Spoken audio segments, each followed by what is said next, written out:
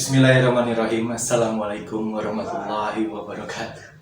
Ketemu lagi dengan saya Yusuf di channel Saiful Zaman. Celoteh rakyat jelantah. Ramadan tiba, tiba-tiba Ramadan, tiba-tiba Ramadan. Gitu ya, lagu plesetannya. Tiba Ramadan tiba, marhaban ya Ramadan. Kalau kita ngerasa kayak gini, tiba-tiba kita ngerasa loh kok udah Ramadan lagi, kok udah Lebaran lagi, berarti kita harus mengevaluasi nih. Jangan-jangan memang ibadah kita masih kurang sama Allah Subhanahu wa Ta'ala. Tapi ya memang betul, Ramadan ini sebentar lagi ya, kurang dari sebulan lagi. Apalagi nih dari suara.com hari Senin 7 Maret 2022 yang lalu, tanda-tanda Ramadan sudah disebutkan dengan jelas. Jadi pemerintah sekarang ini sedang menggodok aturan mengenai tarawih dan ibadah-ibadah yang akan dilakukan nanti di bulan Ramadan. Nah ini kan tanda-tanda Ramadan zaman sekarang ya. Ya iyalah, yang namanya aturan Ramadan ini memang harus digodok. Kalau digoreng nggak bisa, minyak goreng kan lagi langka ya nggak? Jadi dari Ketua Bidang Data dan Teknologi Informasi Satgas COVID-19, Dewi Nur Aisyah, mengatakan seperti ini. Jadi untuk saat ini masih digodok. Kurang lebih kita berkaca pada pengalaman sebelumnya. Kita sudah ada beberapa standar. Kalau prokes mah itu sudah pakem, sama Kemenak juga sudah. Dewi pun mengungkapkan kalau secara nasional jumlah kasus COVID-19 telah menurun dari puncaknya 64.718 kasus menjadi saat ini 46.643 kasus aktif. Tapi Bu Dewi bilang nih, yang masih naik itu Jawa Tengah dan Yogyakarta. Ini masih menuju puncak, tapi nggak tahu puncaknya di mana. Ya, puncaknya di atas dong, Bu Dew. Masa puncaknya depan? Kabar gembira soal Ramadan berlanjut dengan kabar yang lucu nih. Masih dari suara.com, hari Selasa 8 Maret 2022. Jadi ini ada jubir PSI bilang kalau minyak goreng ini sebenarnya nggak langka. Yang langka itu minyak goreng murah yang harganya sudah ditetapkan oleh pemerintah di beberapa daerah. Maksudnya minyak goreng yang harganya 14 ribuan gitulah. Nah, terus kata dia, kalau kita nggak percaya nih, kita disuruh ngecek di all shop. Kata dia ada ribuan tuh akun-akun yang ngejual minyak goreng di online shop. Iya sih, betul. Di online shop banyak yang jual minyak goreng. Tapi yang namanya online shop, banyak juga pedagang yang sebenarnya nggak ngestok barang. Mereka cuma reseller doang. Kan yang namanya kita di online shop itu nggak ngelihat barangnya. Yang kita lihat gambarnya, yang dipajang di situ gambarnya doang.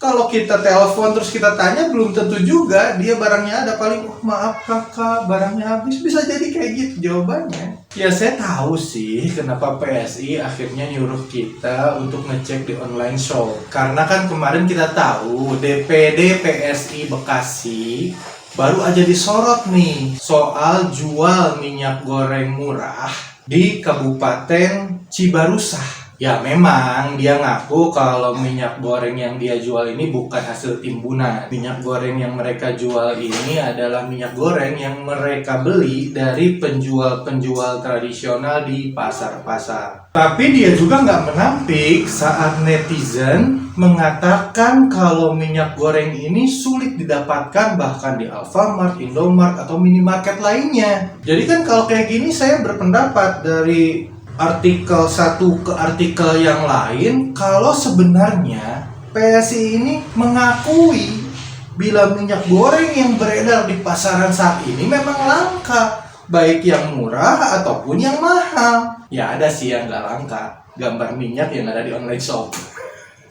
Cocok ya, tapi memang untuk kondisi sekarang kalau kita mau ngutang uang ke seseorang untuk membeli barang yang langka, ya sebenarnya percuma ngutang juga. Karena bisa jadi yang diutanginnya juga masih mencari tuh barang yang langka tersebut. dia juga butuh. Karena dasarnya uang, nilainya jadi percuma kalau barangnya nggak ada. Ya nggak? Sebanyak-banyaknya uang yang kita miliki, seandainya kita tinggal di negara yang tidak ada suatu hal pun yang bisa dibeli, ya kita nggak bisa disebut orang kaya.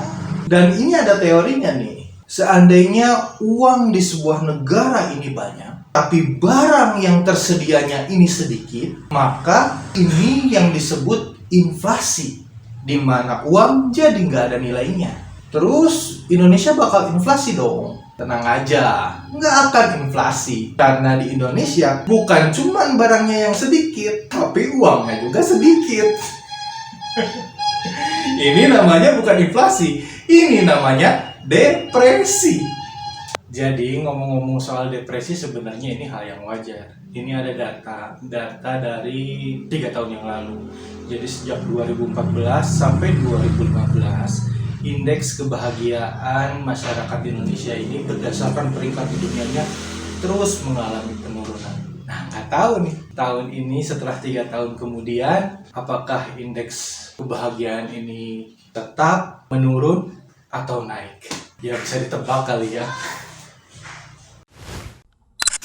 Bismillahirrahmanirrahim. Assalamualaikum warahmatullahi wabarakatuh. Sahabat semua, alhamdulillah program renovasi toilet masjid sudah berjalan seperti kita lihat di video ini, dan mudah-mudahan seluruh amal jariah, donasi, wakaf dari sahabat semua untuk mendapatkan ganjaran dari Allah jauh berlipat ganda, bukan hanya di akhirat tapi juga di dunia. Begitu juga dengan program ADI, Akademi Dakwah Digital Indonesia. Kita sudah selesaikan di angkatan pertama, dan tentu ini dilanjutkan dengan membuka angkatan kedua. Tentu upaya perbaikan terus kami lakukan untuk meningkatkan kualitas tanpa memungut biaya kepada para santri, kepada para siswa yang datang. Karena niatan kami adalah bagaimana terus-menerus memperbanyak para pendakwah-pendakwah yang bisa berbicara di depan kamera, yang bisa disebarkan di YouTube, di TikTok, di Instagram, di Facebook, dan di semua platform media sosial lainnya. Ini sangat perlu, karena kita lihat musuh-musuh Islam, baik dari kalangan Islam sendiri maupun kalangan non-Islam, itu tidak henti-hentinya menebarkan video-video yang berupaya mendegradasikan umat Islam. Maka kita harus berada di garda terdepan untuk menghalau itu. Mudah-mudahan Allah memberkahi perjalanan kita. Bagi sahabat semua yang ingin terus membersamai kami dalam perjuangan dakwah ini, seperti biasa, sahabat bisa sampaikan donasinya di rekening yang ini dan mengkonfirmasikannya ke nomor yang ini. Mari kita berjuang bersama-sama.